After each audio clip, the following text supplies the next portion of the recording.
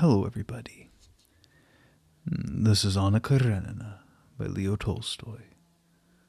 Part 3, Chapter 14.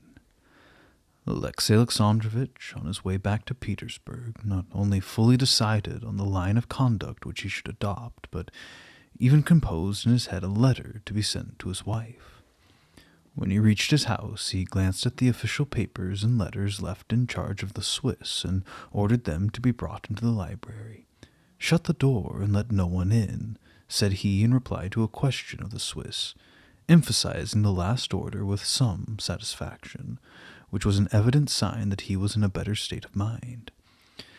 Alexei Alexandrovich walked up and down the library once or twice, cracking his knuckles, and then coming to his huge writing table on which his valet de chambre, before he went out, had placed 6 lighted candles, he sat down and began to examine his writing materials.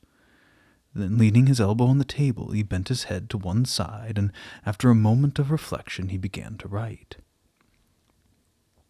He wrote in French without addressing her by name, employing the pronoun vous, which seemed to him to have less coldness and indifference than the corresponding character in Russian. At our last interview, I expressed the intention of communicating to you my resolution concerning the subject of our conversation. After mature deliberation, I propose to fulfill my promise. This is my decision. However improper your conduct may have been, I do not acknowledge that I have the right to break the bonds which a power supreme has consecrated. The family cannot be at the mercy of a caprice, of an arbitrary act, even of the crime of one of the parties, and our lives must remain unchanged. There must be so for my sake, for your sake, and for the sake of our son. I am persuaded that you have been penitent, that you still are penitent, for the fact that obliges me to write you, that you will aid me to destroy root and branch, the cause of our estrangement, and to forget the past. In the opposite case, you must comprehend what awaits you and your son. I hope to have a complete understanding with you at our coming interview. As the summer season's nearly over, you would oblige me by returning to the city as soon as possible, certainly no later than Tuesday. All the necessary measures for your transportation will be taken. I beg you to take notice that I attach a very particular importance to your attention to my demand. A. Karenin. P.S. I enclose in this letter money, which you may need at this particular time. He reread his letter and was satisfied.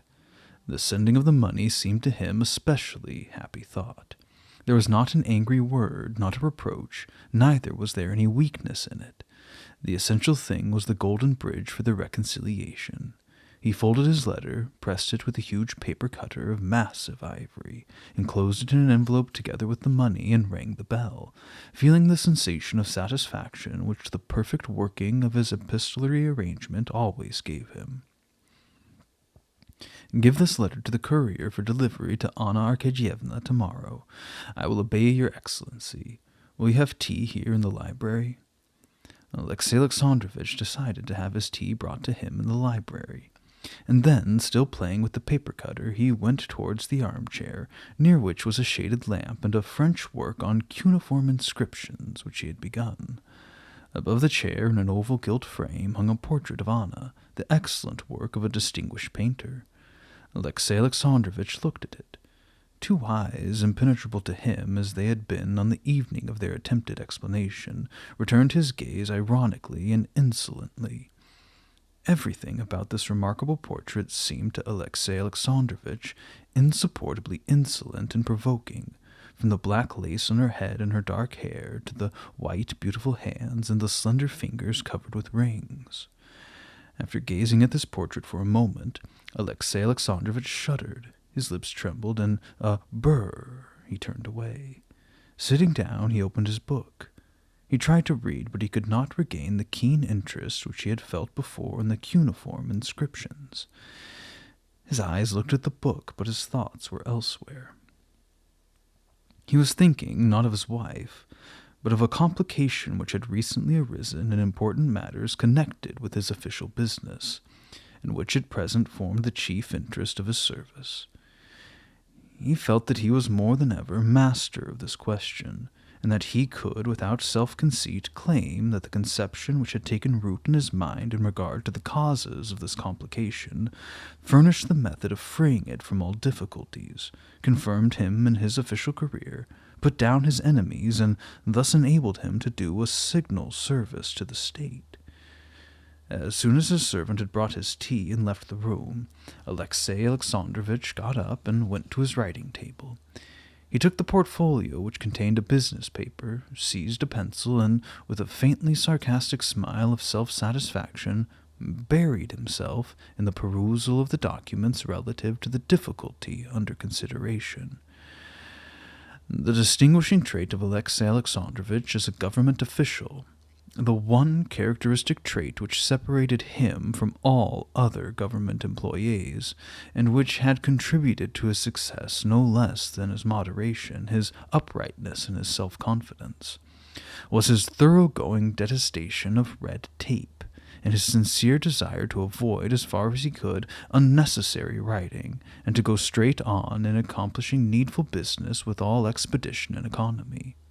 It happened that, in the famous commission of the 2nd of June, the question was raised in regard to the flooding of the fields in the government of Herein, which formed a part of Alexey Alexandrovitch's jurisdiction.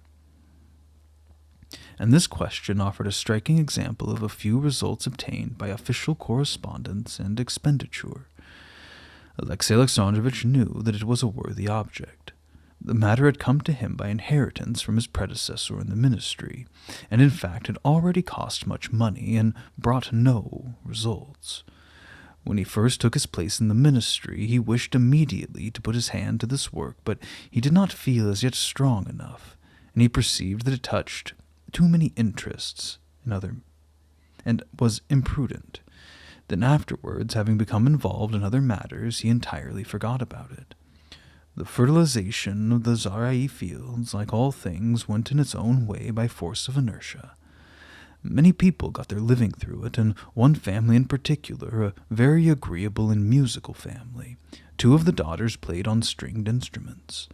Alexey Alexandrovitch knew this family, and had been nuptial godfather when one of the elder daughters was married. The opposition to this affair raised by his enemies in another branch of the ministry was unjust, in the opinion of Alexey Alexandrovitch, because in every ministry there are such cases of impropriety which no one ever thinks of bothering with.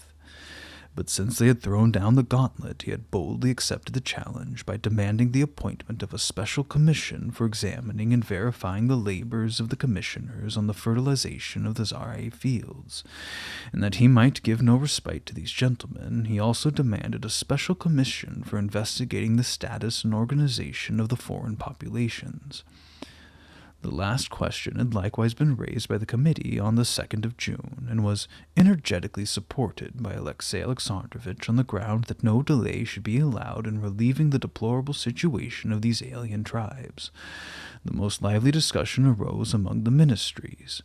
The ministry, hostile to Alexey Alexandrovitch, proved that the position of the foreign population was flourishing, that to meddle with them would be to injure their well-being, and that if any fault could be found in regard to the matter it was due to the neglect of Alexey Alexandrovitch and his ministry in not carrying out the measures prescribed by law. In order to avenge himself, Alexey Alexandrovitch demanded, first, the appointment of a committee, whose duty should be to study on the spot the condition of the foreign populations. Secondly, in case their condition should be found such as the official data in the hands of the committee represented, that a new scientific commission should be set to study into the cause of this sad state of things with an aim of settling from the A. political, B. administrative, C. economical, D. ethnographical, E. physical, and F. religious point of view.